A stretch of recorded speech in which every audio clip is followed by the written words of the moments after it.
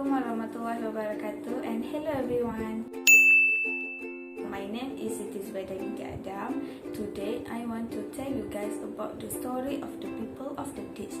So this story is inspiring with the story of Ashabul Ukhdud, that people who burned the believers in the ditch remained steadfast in their faith in God until the king became angry and burned them alive. This story teaches the obligation to be patient in holding fast to the truth even when it must be. As Allah says in the Quran in Surah Al-Buruj verse 4,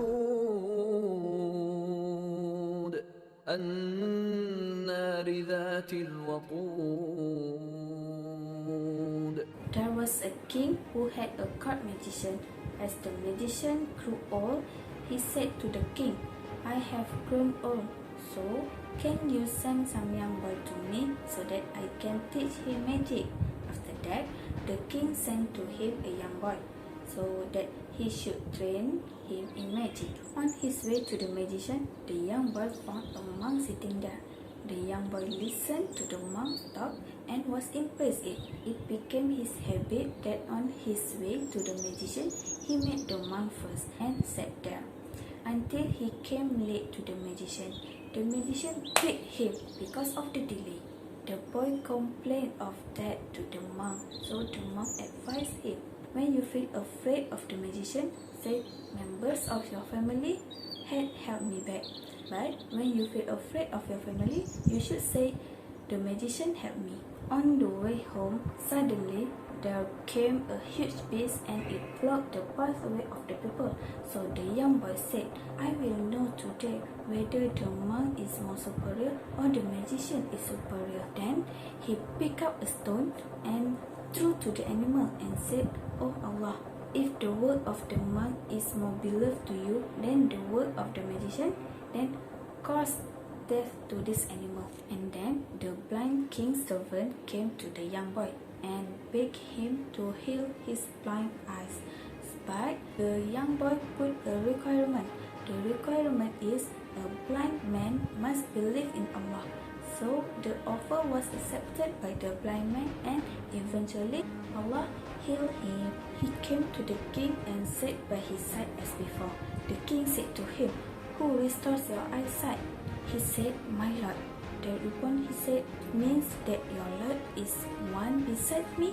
He said, "My lord and your lord is Allah."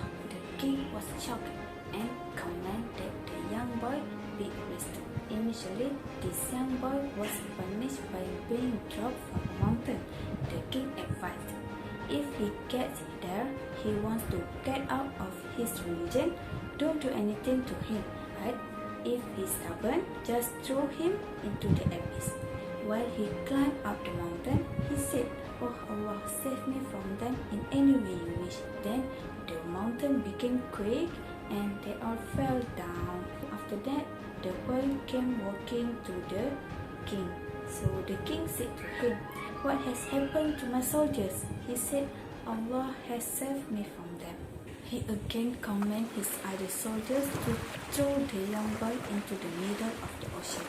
Then the young boy said, "Allah save me from them and what they want to do to me."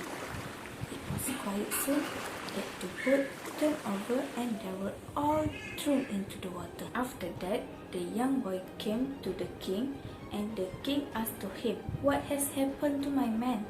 He said, "Allah has saved me from them." So he said to the king, "You cannot kill me until you do what I ask you to do."